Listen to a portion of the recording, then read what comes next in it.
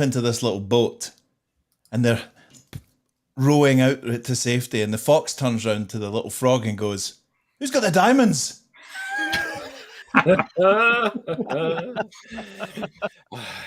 Never gets old. Never gets old. It's a cracker. I've actually got a little. There you go. There we go. There we go. Makes that investment all worth it. Worth every penny. Hi, everybody. Welcome to the digital download. I'm just going to turn my phone over so it doesn't distract me. Today we're going to talk about branding and the branding of people, the branding of companies. What's the difference? What's the impact going on out there? And as always, we're really interested in your views. Please put them in the chat. We're also interested in you saying hello, where you're from. We'd love to hear your comments. We'd love to hear it if you disagree with us, because part of this is about having a debate and this all learning, and there's nothing wrong with having people out there with different views. So we're interested in what you've got to say. Really, anything that you've got to add to it. Thanks, Beth. I'm now going to talk and put your details up at the same time, which, as you know, for men is very difficult to do two things at the same time. Thanks for that, Beth. So one of the things I wanted to do before we get in is that I dropped on Adam in the week that we were going to do this, and therefore I asked him to describe what is a brand. And if you disagree with him, please comment, whatever. But Adam, what do you see as what a brand is? Well, it's interesting, isn't it? Because I think that the word brand conjures up an image for everybody, and it's that kind of abstract thing. We kind of all know what it is. I know what a brand is, but trying to articulate that. So I found a couple of fantastic descriptions of brand. So one of them, branding is the process of creating a distinct identity for a business in the mind of your target audience and customers. At the most basic level, branding is made up of a company's logo, visual design, mission, and tone of voice. Perhaps a slicker version and simpler version is from Jeff Bezos, who obviously knows a little bit about branding. And he said, brand is what people say about you when you leave the room. And let's be honest, he knows. But as a kind of, and I was looking for some examples of good branding, or when branding works and when branding doesn't work. And I think increasingly we fail to see the differentiation between brand in our own mind and brand in the minds of our customers. So I went on to the internet and I looked at the website of the 4 big high street banks. And obviously, banking is a regulated industry, and there are limitations about what they can say and what they can do in terms of how they communicate stuff. And I know all of that. But they have all 4 of the big high street banks, all of whom are global, all of whom are hundreds of billions or trillions of dollars or pounds, which is the same thing now, dollars or pounds of value and equity in those organizations. I genuinely believe they've given up on the idea of branding. So on all of them, they all led with their products and services. None of them had an about us section. None of us said, here's what we stand for. They all just said, what do you want? Investments or a current account? Do you want a credit card? Do you want it? It was all product led. And as I sort of stood back from that interaction, or lack of interaction perhaps, with banks, I thought, actually, you see that everywhere you look. You see that every single place, or maybe I do. And maybe that's just because I've become very cynical with this. I'm an Apple fanboy, but actually, what is the Apple brand? It's a lovely product. It feels beautiful. It feels nicer and looks nicer than the competitors' products. But actually, what is the brand about? Because the brand can't be, we make better products than someone else. So what is so to answer your question, I've no idea what brand is. And I've no idea what brand is, because it seems that when you look out there, all of the companies that have got big through having a strong, powerful brand that their customers absolutely understand and feel an affinity with have abdicated that now because it's too hard. And I want to come back to you about that, but I'm not going to. And I know that Rob and Lenwood and Eric are kind of like jumping at the bait and willing to respond to that. But Eric, putting the other side of the you know, what is a brand in terms of people? Well, a people brand. Thank you for that, Tim. That's an interesting segue. That's really good. Let me flick to page 4 of my notes to see what we've I'm only joking. Before I say that, I think it's really interesting in the B2C world how brand is so important. I want to say that off. I've got brands that I put my money on those brands. I think that's absolutely important. I like Nike shoes. I'll always go and buy a pair of Nike shoes. I think it's interesting that we hoover our carpets with a Dyson. Yeah. It's really interesting to me throughout history how brands have become the activity. So the activity of hoovering is now, like, the brand Hoover is now the definition of the activity. It's the doing word. Do you remember when the famous mistake that the marketing executive at Cadillac said when he was looking for a new strapline, and he suggested Cadillac, the Rolls Royce of automobiles? That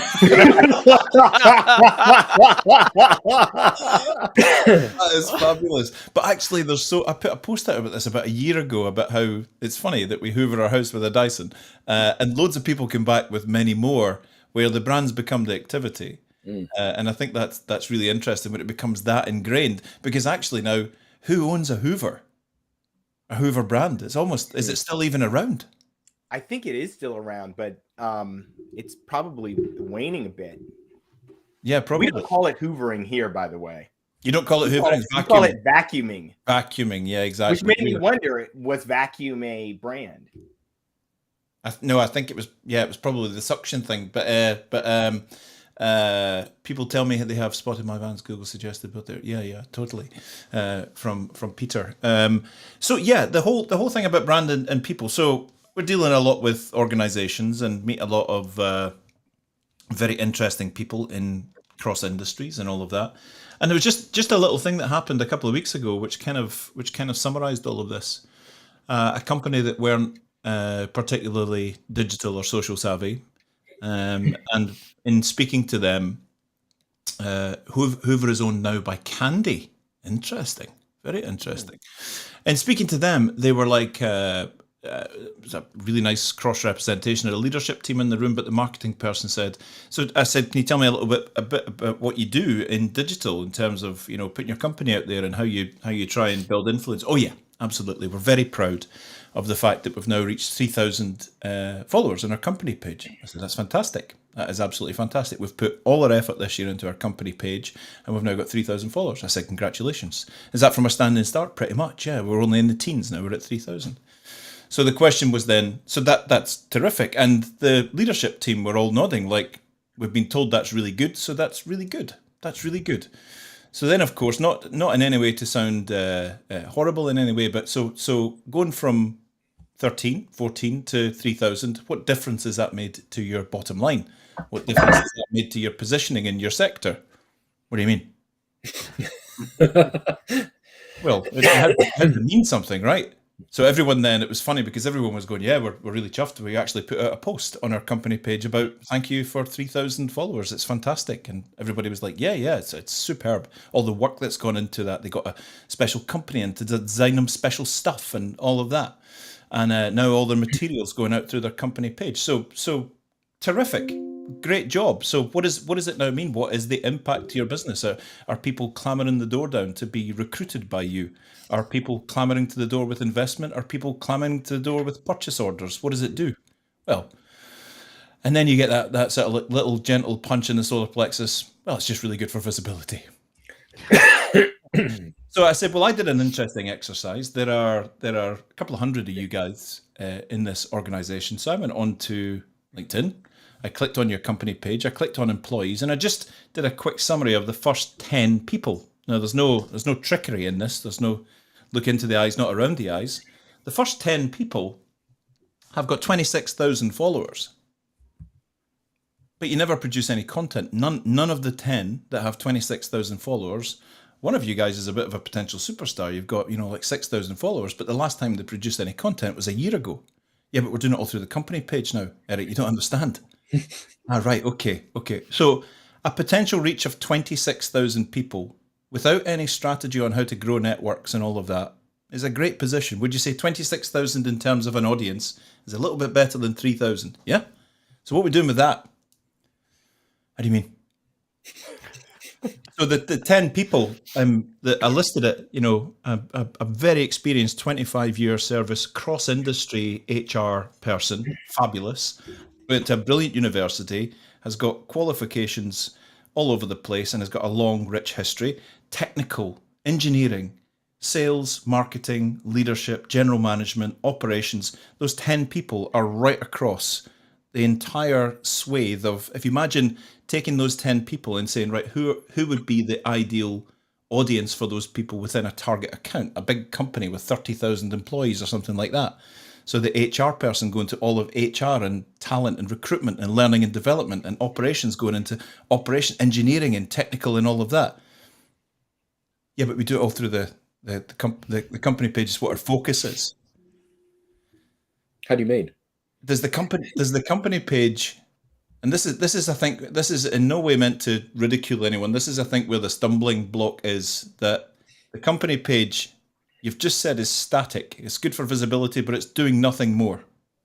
Right?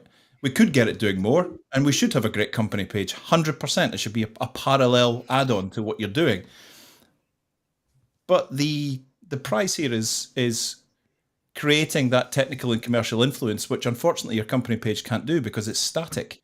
If I drop a like or a comment onto, I'm just trying to think of a big company in my sector, wood, because I'm pretty much energy focused, right? So if I drop a like or a comment on the company page post, I wonder if the person that's running that, because it's usually marketing teams that run the company pages, right, is running towards the boardroom with a printout to kick the door open and stop the board meeting to say, Eric Doyle just dropped a like and a comment on our company page post. Stop the clocks.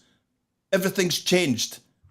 It's not happening, right? So there's not usually a great deal of dialogue or influence being built. It's a good part of the overall program.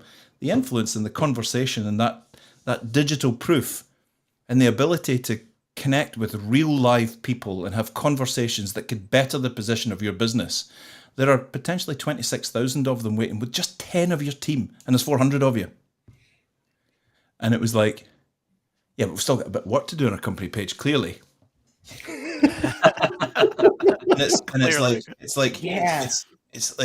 like the power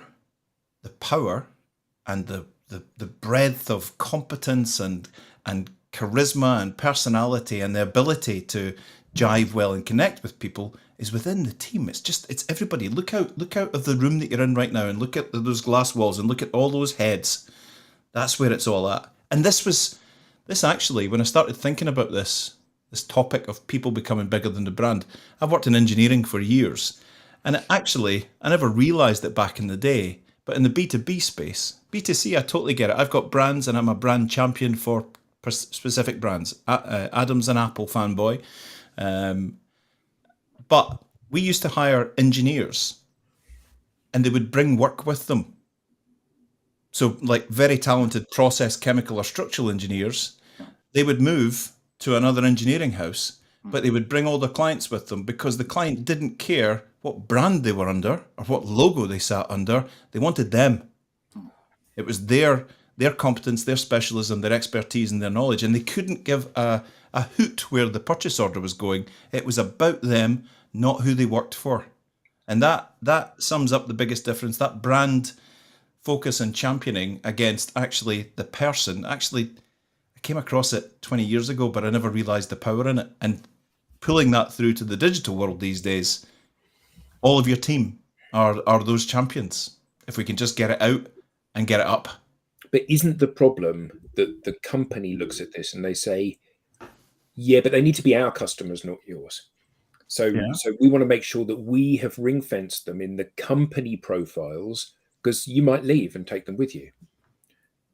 I mean, what they don't see is that they're not going to engage with the company content. The company has never owned them. They've only ever been owned by the people. Mhm.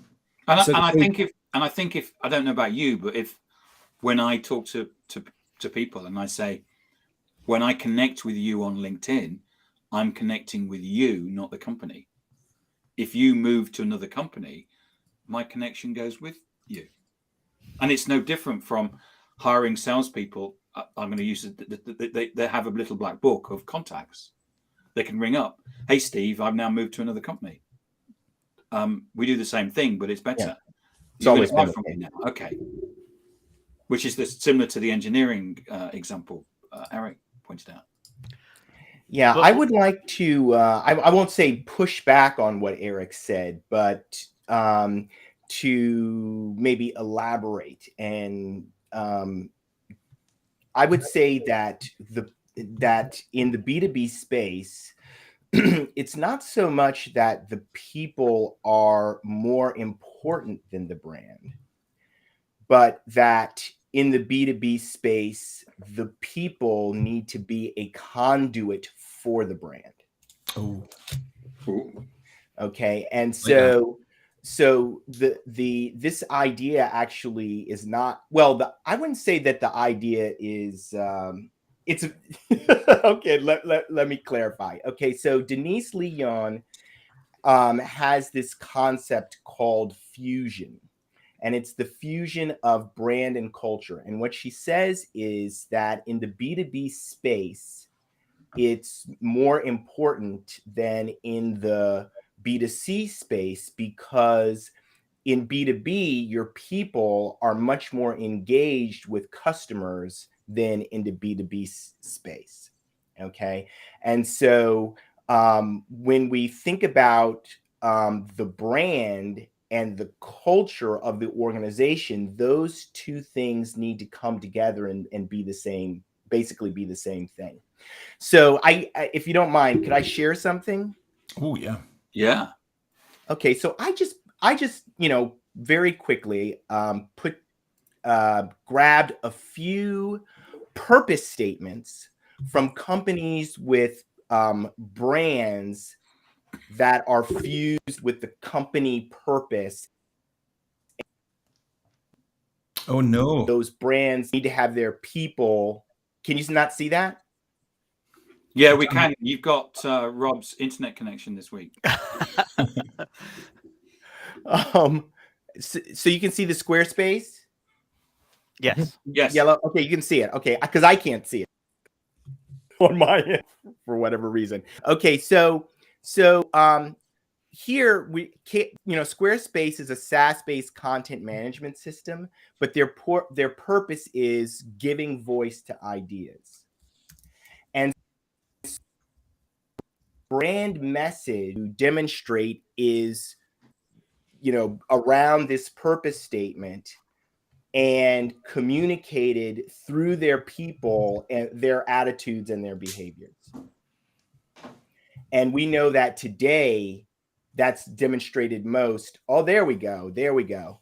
That's demonstrated most on social media. Zappos, which is everyone knows about Zappos selling shoes. They sell a whole bunch of other stuff. So I just called it an e-commerce retail company to deliver happiness to the world. That's their purpose statement. And so what she says is that these brands need to take these purpose statements, make them part of their culture, and have their people demonstrate that in their attitudes and behaviors. And so where I add on to what Denise is saying is, today you demonstrate those attitudes and behaviors on social media. And that becomes very, very powerful when you have a purpose-driven brand like these. And I wanted to add just one more, this company Haggerty, which is an automotive insurance company. Okay, that's pretty bland.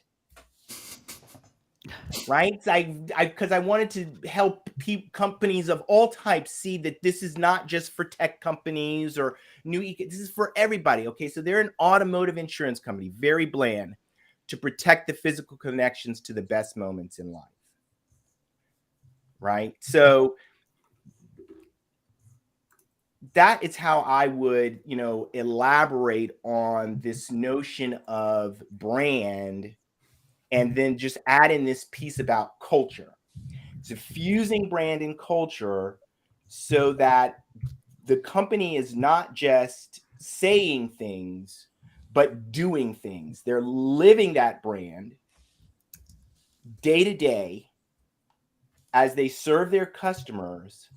And then what they want to do, to Eric's point, is demonstrate that through social media on LinkedIn and Twitter. And what that does is attract people to them, but also to the brand. So, So quick, Glenn, quick question: who's the biggest brand, Manchester United or Cristiano Ronaldo? Well, when you compare them on, like for instance, just take them on Twitter with his Nike account. What is he now? He's nearly got what?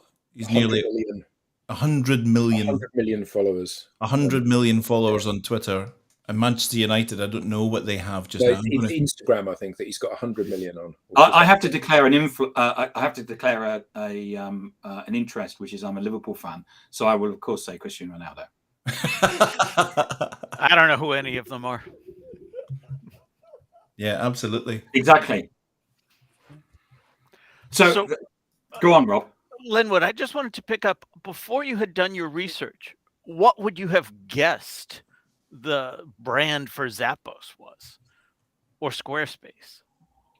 I don't know, because I haven't given much thought to those brands at all. You're making my point. Stick them up again, Linwood. I'm sorry, what? Could you put them up again? Sorry. Oh, sure. Of course, I dropped them, and so let me see if I can find them here. So Squarespace, in my mind, was one of these Dropbox type things, and I could have been completely wrong about it, or it was, I get it confused with Square, which is that little device you plug into your cell phone so you can swipe credit cards at the local farmers market. Zappos, I know it's shoes. Okay, great. I'll have happy feet, but I never even would have picked up on. They make very good. They make very good lighters. Absolutely. But we're not saying for a second that those legally marketing defined $1 million strap lines that sound really good, we're not really saying that that's the brand, are we? Because the brand is. But that's what the company is saying. No. Their... What I'm saying is that these are purpose statements for the brands, and these purpose statements help the employees in the organization to internalize a culture around that. And then what those people do is demonstrate the culture in their attitudes and behavior. So it's fusing the brand and the culture together. Yusuf agrees with you. People can demonstrate that purpose, demonstrate that purpose out in the world. And what she's saying is that is what is going to attract people to and that has some meaning to it. Reversed.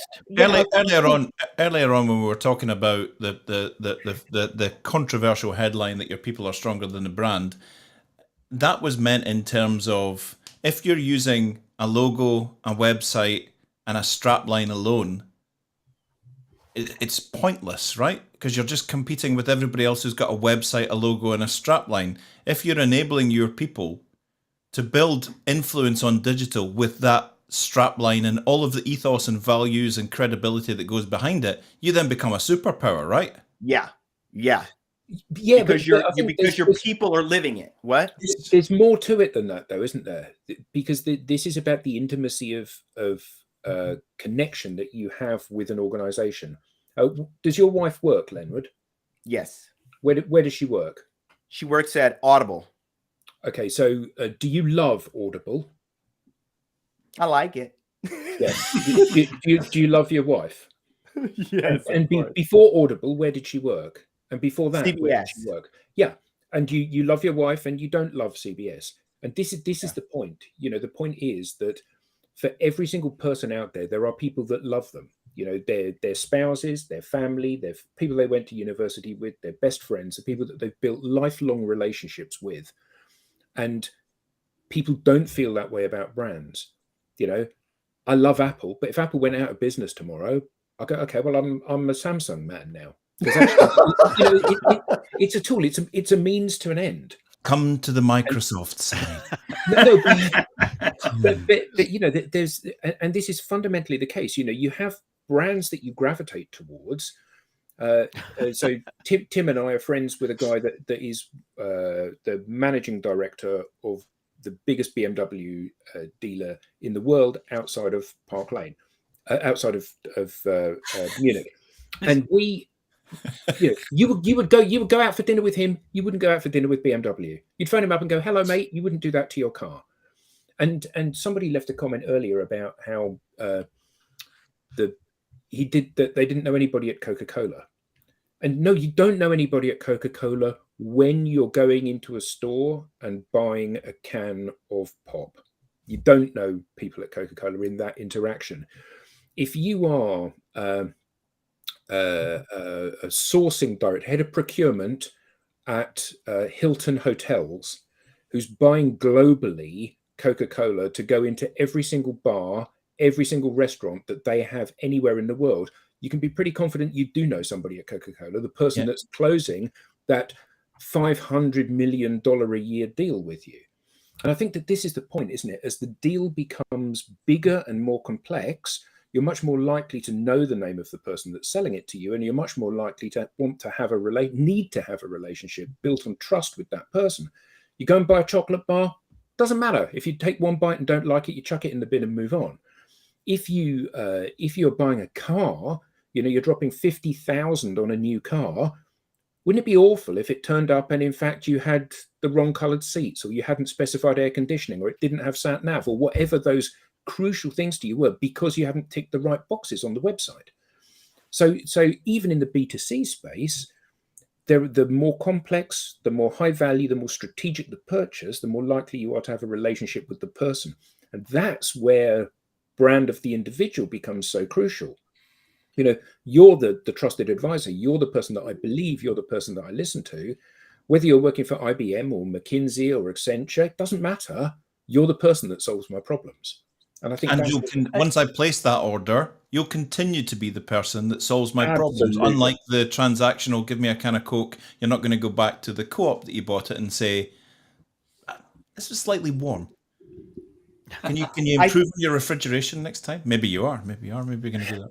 I think that's why, I know that's why Denise is saying what you've just described, the personal relationship that, for B2B band, well, let's just call it complex sales and not distinguish what market.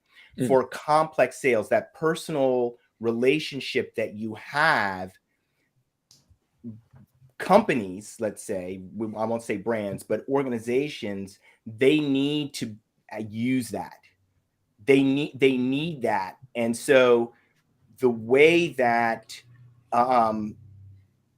they can help to achieve a connection through their people is by getting their people to agree on shared values, and live those values, aligning the things, connecting them. I do hear you, but further to Tim's initial kind of throw the hand grenade and run away post, which was, are people more important than brand? Yeah, people are.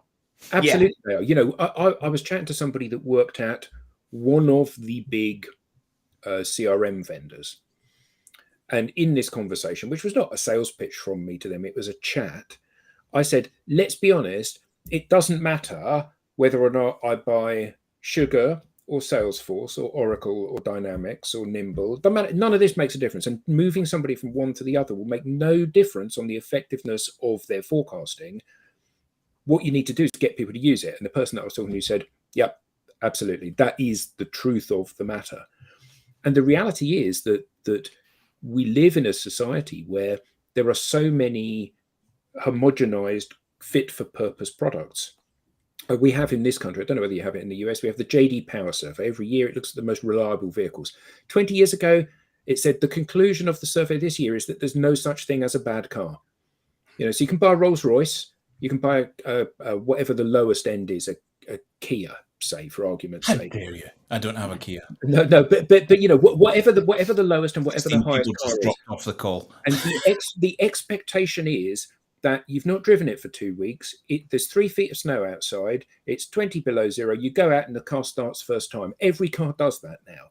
So actually, the rest of it is window dressing. Why are you going to buy this product, particularly not a car, but a transformational CRM system or an ERP system or a facilities management system or a contract that's going to last 10 years or hire somebody? Absolutely, because of the person. Peter Stewart made a comment earlier. The emphasis used to be on me. Now it's on the business name. Maybe challenge that a little bit. That if people love you, Peter, it's still you they're buying. If they love John, your colleague, or Tanya, your colleague, it's them that they're buying. I don't know how many times I used to buy products and services. Well, it was interesting because I saw Peter say this. And the fact of that matter is that people were telling Peter, I saw your van. Saw your van, absolutely. Google saw you. Yeah, 100%. But I remember when I was spending a lot of money per year for companies buying products and services, and that little change in dynamic of Sarah leaving, and now you're dealing with Joanne, and Joanne can't get her as quickly as we used to get Sarah for support, doesn't answer emails, doesn't come and see us twice a month the way Sarah used to. Still the same stuff, still the same product and service, but the relationship's starting to go. Just from changing a person. So I'm starting to go off the brand a little bit because they, Joanne and Sarah, both represent that brand. Because you recently changed your car, didn't you? And you changed brand. And you changed supplier, yeah. Yeah, you changed because you went from a Ford to a Nissan, but actually that was irrelevant because it was I used to deal with, for the last 6, 7, 8 years, I was dealing with the largest provider of automobiles in Scotland, and the service. I still loved the product. They happened to have a Ford division, and I drove a Ford truck, and I had 2 of them, and I don't know why I went back and got the second one, because the service happened to be appalling, absolutely appalling, and it got more and more and more appalling. I still loved the product, but it became to the point where Sarah said, if we're going to replace the truck because we need a truck, we are not going back there. We're not taking another 3-year lease out with those people because we simply can't have it. So I went to a family business that could give me the same thing. And I have to say, the reason I put out a piece of content, I wasn't looking for anything. I never got any preferential treatment or a discount or anything like that, but because the service is astonishing. Not just in comparison to rubbish. Astonishing. Absolutely astonishing. And I'm kicking myself that I didn't actually do this years ago. But I've still got kind of the same product, kind of the same thing, but I've taken my dollars, pounds, euros, whatever it is, and I've put it over here because of people. Because of people. Yeah, and that, I have a very similar story, and I would just press through that a little bit, that those people at that family-owned business have a set of values, and they're living those values in how they're serving you. So with the big corporate organization that you juxtapose that family business against, what they're not doing is embodying some values and having that flow through into the way they're treating their customers. That's why you left. Yeah. Can you though? Yes, I mean, I just said the family-owned business is doing it. Yeah, it's the family-owned business. It's no surprise that they have a common set of values. As you get to a larger organization, you can't necessarily hire people whose values are exactly what yours are, because most people, while they have values, haven't taken the time to identify or define them. And as you're going from hundreds of employees to thousands of employees to tens of thousands of employees, sometimes you have to settle for maybe somebody whose values aren't 100% aligned with what we have as Welcome company to day one on your induction to Giant Corp. Here are your new values. Yeah. We'll be little card that tattooing we them on make, you your gotta arm carry it after around. lunch. I disagree. I think you can do it. I don't think it's something that happens overnight. But I think you can, and I think there are organizations that are out there doing it. And what happens when you have somebody in your employee whose values are different from yours? You got to get rid of them, because you can't have your culture be destroyed. If you have said what we want in our organization is empathy in our leadership team, and we want our leaders to demonstrate empathy, and that's an important cultural value that's coming down from the CEO. Everybody who reports to him is doing it, and everybody who reports to them is doing it. We believe in that. When you have someone who comes into the organization and they start to lead in a way that's non-empathetic, they're out. Yeah, but I think that's a change. After they've been coached. That's a big change. That's true up until a point. But if you think about your business, Lenwood, nobody that you hire ever is going to have your degree of love and passion for your business, because it's your business and you founded it, and it's not their business and they didn't found it. And that's why Eric's family business, where he now buys his vehicles, is absolutely the best example of that. They employ people from the family, people that have a vested interest in that doing well, people that share a passion and a vision and a set of values. And big corp don't have that. They hire people that are more or less aligned to them. Often people will hire people because they haven't got much choice. If you've got 1,000 people applying for a job, that's one thing. If you've got one person, it's something entirely different. And often people during the interview process will tell you what they think they want you to hear. These are our values. What are your values? Oh, ironically, my values are identical to yours. And they transpire not to be so. But the people in the family business, they will own that. Whether that's a shareholding or a vision or a love, they own that thing. And that's why they're going above and beyond the call of duty. If you phone Eric at 10 o'clock at night and he's not having a candlelit dinner with his wife, he'll answer the phone, because it's his business and therefore his life. And we all operate in that space, don't we? Yeah. Well, I'll respectfully disagree that large organizations can't do it, because something like empathy, let's say that's going to be our value. That's not about the products that I'm selling. That's about how we view people. And that's universal. Doesn't matter what product I'm selling. But going back to the example that Eric gave, where we had Sarah coming in twice a week and checking in with us, and Sarah left, and Amy came in behind her, and she doesn't visit as often, and she doesn't check in as often. Is she unempathetic? No, she believes in empathy. She's just executing differently. And so maybe she needs to be coached about how we demonstrate that to our customers. Sure, but then beatings will continue until morale improves.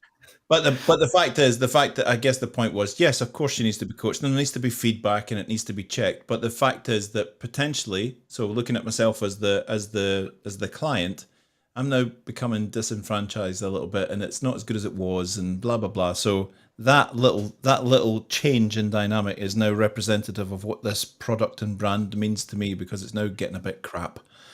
Play that out across billions and billions of dollars and and hundreds of industries, and it starts to escalate out of control. Anyone new to my business are taught two things: they are paying for a professional service and a solution to the problem, they're not paying for time. Wow. Very good. Very good. The bigger the companies, the bigger the values become more diluted to misinterpretation. How the values are communicated down. Cascaded. Don't you love? I think it's really interesting, and I've seen it many times. The one word value statements: people, integrity, honesty. Banana. I think that was Enron's, wasn't it? People, integrity, honesty. Yeah, well, I think what you're describing is what you don't want to have in an organization. I think what you're describing is the undesirable. This is what we say we are. What we do is something completely different. And what Denise is saying, what I am saying is that needs to change. It needs to be, this is what we say we are, and what we do matches up with that. The problem, though, is that, like when I went onto the banking websites, they have become uniformly meh. They don't stand for anything, and the reason they don't stand for anything is because they're terrified of alienating a particular portion of their target market. Now, the problem with having a centralized brand vision that is communicated out through every single person is that that brand vision has to be one that engages the people, and everybody's different. So if you think about us, people can have a conversation with me and say, don't like you, I don't want to work with you. Have a conversation with Eric and say, don't like you, I don't want to work with you. Have a conversation with you, Leonard, and go, I love you, I really want to work with you. Selling the same product, the same business, to trying to sell it to the same customer. And what they've done is they've said, you are somebody with whom I feel an empathy and an alignment in our view of the world. You're somebody that I trust. You're somebody that can guide me through this morass of problems that I'm going to have in implementing this change within my business. And I believe you, and I don't believe Eric or Adam. And that's the beauty of the personal brand. I say this often when I talk to people. A lot of people who like the guitar buy from me because that's something we have in common. Mm-hmm. And it might seem like a flippant comment to make, but it could be a passion for motorsport or horse racing or travel or fine dining or whatever, which is the starting point to build the relationship. And if, as who was it that said, Martin, I think, said, you might as well hire a robot. Yeah, you might as well hire a robot. If you're trying to cookie cutter people within the organization, what you end up with is like a corporate version of the Stepford Wives, don't you? No one is saying cookie cutter. You're talking about personal brand. You're talking about relatability and whether someone can connect with me. I'm not saying that's not important at all.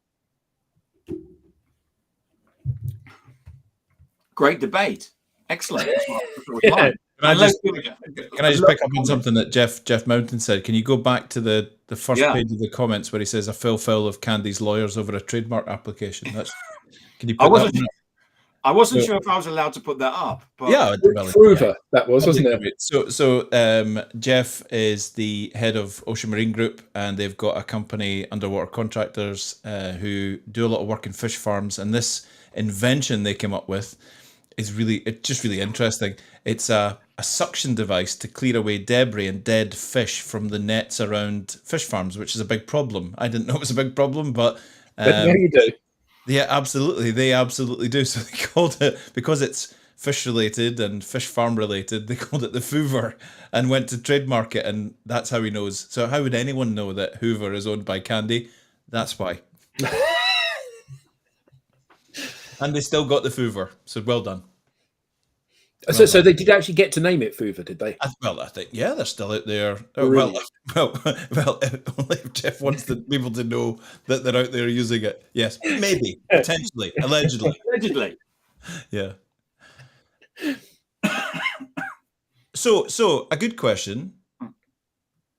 building on everything that Lenwood's discussed, all the brand, the culture, the way that people operate and carry that brand, the values out there, and everything else we've discussed. What is the future of branding in the B2B world? What is the future? So we're in a position now. Lenwood's spoken about the need for change and the need for the examples. And people are a conduit for your brand is one of the things that Lenwood said. People are a conduit for your brand, absolutely. So we're all in this space. What happens in 5-10 years' time? Where is this going? Aren't we already almost there? So Lenwood put up his sheet. Don't put it up again. Who are Squarespace? Well, I know because I've got a Squarespace website. Who are Squarespace? No, Ask again. You can answer that. Who are Squarespace? They're creating space from Square. Yeah. You see, they're like GoDaddy. And so who are GoDaddy? They do websites. Yeah, and who are Apple? They make phones. Yeah, and laptops. Who are BMW? Make cars. Yeah. Okay, so none of you told me who they are. You told me what they do. Yeah. That is the fundamental problem, is that these two things are in the consumer's mind so Siamese. You know, that they are absolutely, people are incapable of divorce. I love it. Thanks, Jeff. Thank you, Jeff. That's the mic drop. That's the high point of the day. But the point is that these things are so interlinked in the consumer's mind. And the consumer, not only do they not know what your values are, I would debate whether they care what your values are. You know, they're buying a product, a service, a solution, the cure to a particular issue or problem in their business. You know, and you said, Eric, about, you know, you're buying something, and Rob's idea, you know, Alice comes in and she takes over. She doesn't come quite as often to visit you, and you think, it's not as good as it used to be. And that's the point when another company can get a toehold in there, because you think, I'm going to try a different company because actually I'm not as happy now as I was with this company. And actually, if your values were aligned, you'd absolutely align with that company. But none of us know what the values of these companies are. None of them know what their brand in the truest sense is. But we do know what all of our brands are as people, and many of the people that we interact with. This has turned it from a serious. So how are you going to get a B2B organization, a large B2B organization, to buy into your product, which is about getting people to demonstrate themselves authentically online, if you cannot connect that activity to what their brand does, or in any way? Because you're not, in most cases, I don't think you're buying. So what you're buying is the concept, that the person is competent and expert in their field as an individual. Because, you know, I worked at Oracle. Customers had relationships with me. They didn't have relationships with Oracle. They had relationships with me because I was the person they spoke to. They didn't speak to the company. They spoke to me or one of my colleagues in the company. So I think that people are buying the belief that I know what I'm talking about. They're buying the belief that I can help them solve the problem. And they're also buying the belief that they can solve the problem and make the pain go away with my help. And I think that's true, not just of me, of every one of us and everyone out there. And I think that the company is an abstract holding pen for a group of people. You know, so I want to deal with you because you're my financial services expert, and currently you're working at this consultancy, and then you move to that consultancy. My loyalty moves with you. Absolutely right. What you're buying is the result. Lenwood, it sounds to me like your premise is that a company's brand should be promoted through the conduit of its employees. That is actually not what I'm saying. I'm not saying that you take a corporate brand and you just pass it through your employees. That's not what I'm saying at all. Okay. I contend that it's actually just the opposite of that anyway. It's an individual's brand how they choose to act, behave, and represent themselves to the world that is promoted through the conduit of the company they're working for, what I sell or what I do. But it starts with me, the individual, and what I believe. And I align myself with organizations that are similarly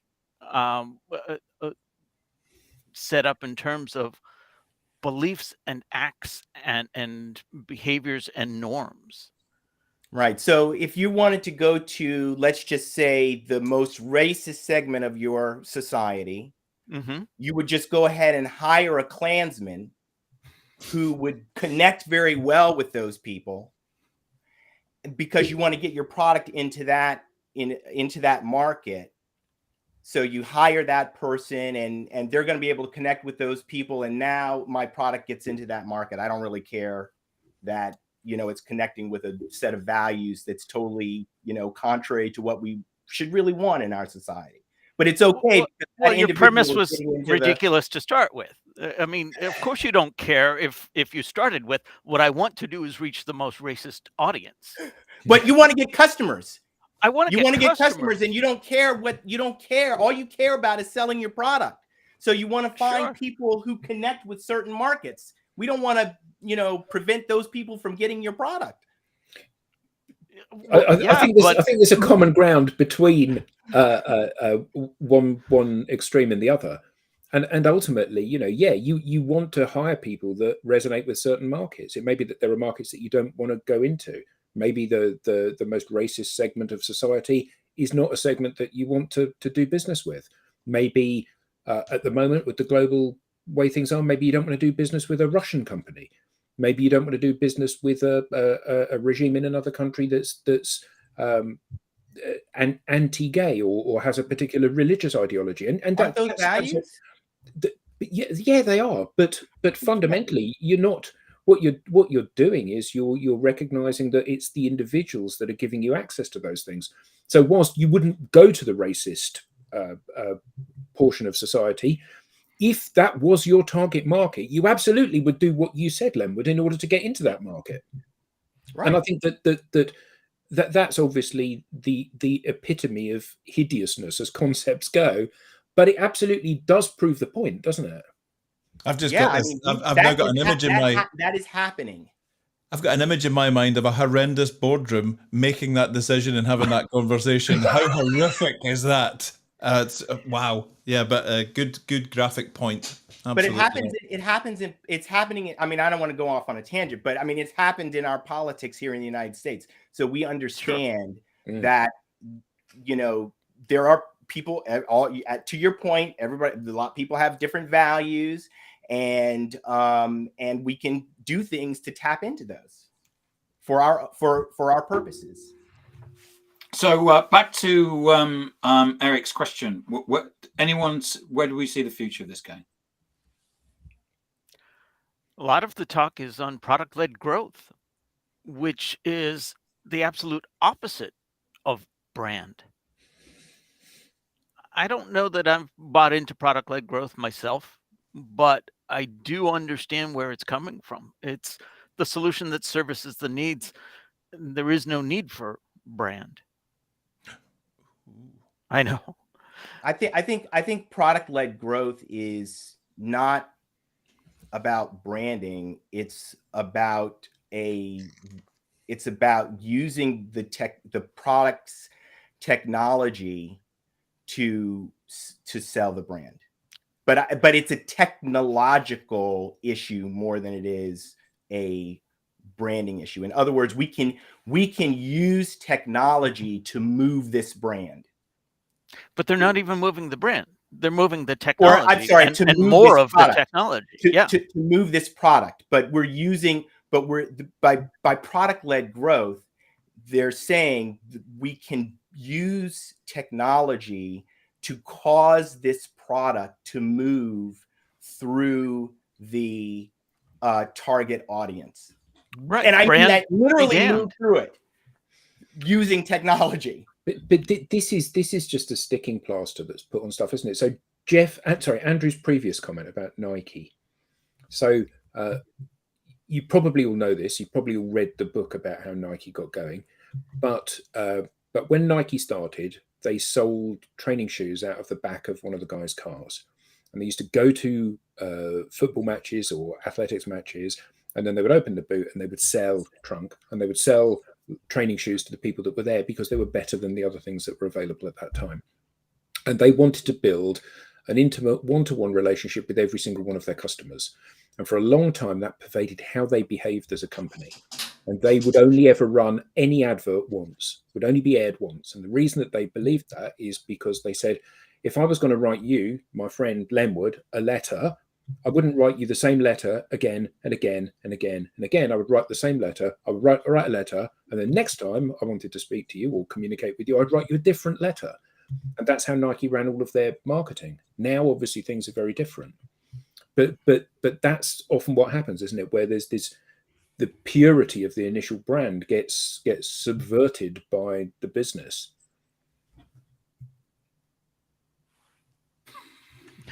All the way through this, I've been abusing a brand which has been with me throughout my life. I've been abusing this because I was very sore mouth ulcer. And this is a very effective brand at easing mouth ulcers. But I don't think you're supposed to have a whole tube during an hour's live. Like an astronaut. I thought it was blue. Food in a...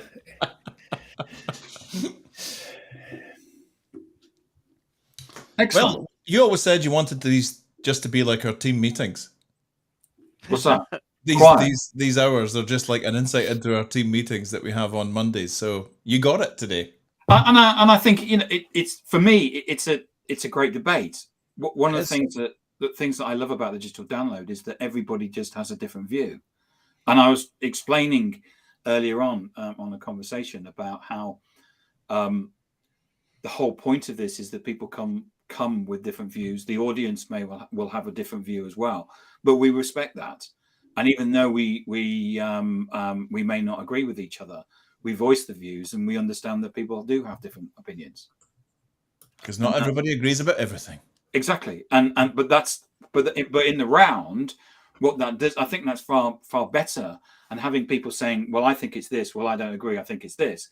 I think that's far better in terms of the having this sort of far side chat and having a discussion rather than all jumping in saying I agree and just great point each other on the back. Sorry, point, Tim. That's such a good point. Yeah, I lost really, my place. Where's my script? Really good point. Really cool. And I think and once again we've had a fantastic debate here with the audience, and the audience discussing amongst themselves as well, which is great to see. Now I'm not going to be able to talk about stuff for 3 minutes. So has anyone got a joke or we get Lenwood to laugh? Quite often, Lenwood, give us a laugh. No, just laugh. Oh, there's a bright. It seems to be like a distraction on your camera coming from that shoulder. There's like a bright yellow light. What? Are you talking to me? No, Tim. Oh, Down on your desk behind you, there seems to be like a bright yellow light. No, down. Put your camera down a bit. Oh, you can't, can you? Because you've got an Apple user. What's that? What is that? It's like a deep yellow glow. Is it from your new book, for instance, Tim? No. Has Tim written a new book, Eric? I believe so. I'm not sure. He doesn't talk about it much. I never mention it. You don't? I know you don't. I think we're done for today, are we? Yeah, I think we're done. Yeah. Thanks to everybody. Thanks for Thank all you. the debate. Thank And you. thanks Take for care. everybody joining. And I love the jokes that came in from the audience as well. You don't see that? What? Jeff started it. Jeff, yeah, was it all about his strapline? It was about his strapline, and then there was about getting other forming partnerships with other companies that had different straplines. Oh yeah, Mr. Cowison and all of that. Yeah, brilliant. Right. Goodbye, everybody. Have a good